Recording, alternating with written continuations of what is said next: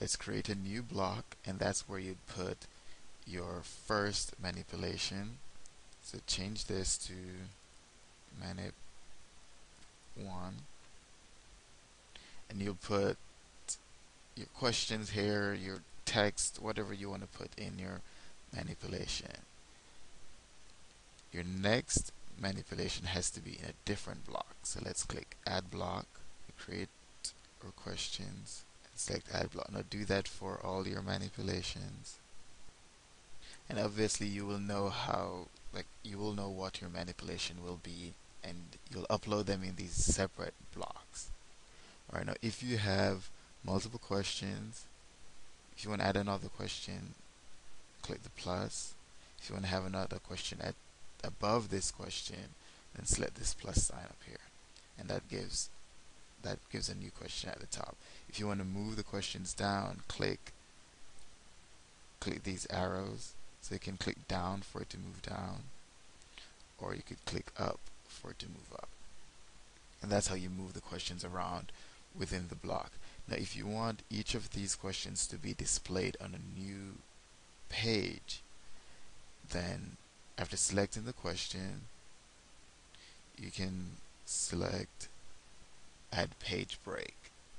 And what that does is that adds a page break here, so these questions will be on a different page than this question. Now again, we might want to upload our DVs. Let's look at our outline again. So we just did the manipulations, and then we have our dependent measures. So we're going to upload those in the same way that we did our scale. So that's easy. So I won't go over that in details again. But you do that, and you're gonna have this final block, which will have your DVs. And remember again that participants won't see these titles that were created. And our final block was, we're gonna have questions in here. And our final block is our debrief. Well, this wasn't our final block. Our final block will be our thank you page.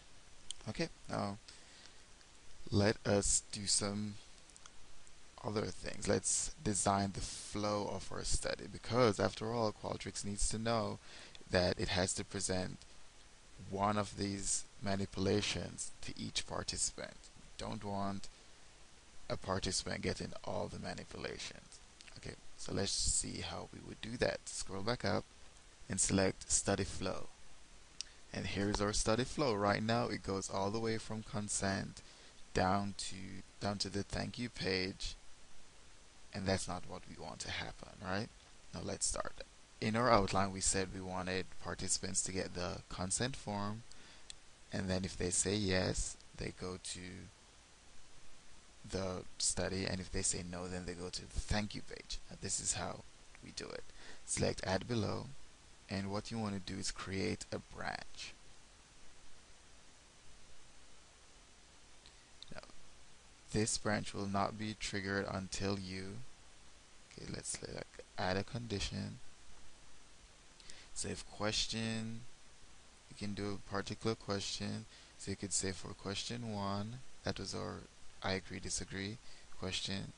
If the participant selects I do not agree, so if I do not agree is selected, okay, that's what's going to trigger it. We want participants to go to, so if participants select I do not agree, then we want them to go to our thank you page. But if participants select that they do agree, then what's going to happen is they'll go down to the intro. And after completing the intro, they'll go down to our questions, our scales, and then we need to create some sort of branching again, or some sort of randomizer. So we're going to select add below. No, right after the scales, we're going to select add below, and we want to add a randomizer.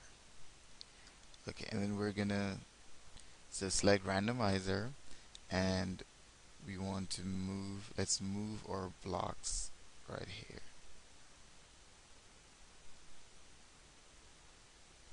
So click move and drag to where you see add new element.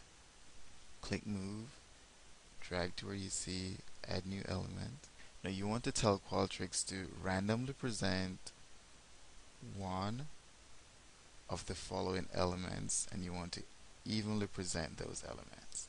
Now, after participants are presented with one of these, then they'll go down to the DVs, and then they're going to go to the debrief, and then they're going to go to the thank you page.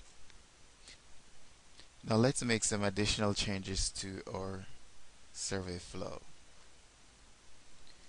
We want to make sure that after participants get to the thank you page, then it's going to be the end of the study. So we could click end of study right here. Alternatively, we could actually, instead of having the thank you page, we could have the end of survey link. Now let's scroll down. Let us add our end of survey link right here as well. Let's double check. And things should be fine. Let's save our flow. And let's do a preview. Select preview survey. And here we have our consent form. And if participants select I do not agree, then they're taken to the thank you page. And that's the end of the study. Yay. Well, not yay if you're actually running the study. Now let's do another preview. Let's click preview survey again.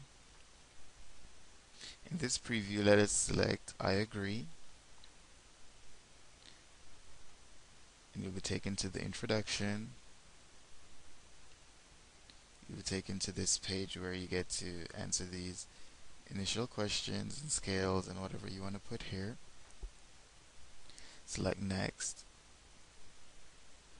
That's going to take us randomly to a manipulation. Select next, and we go to the DV. Now you see that we didn't get all 4 conditions, we just got one randomly.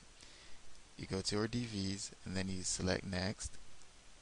That takes us to the debriefing form, and then we select next, and that takes us to a thank you page. And if you click next again, that takes us to the end of the study.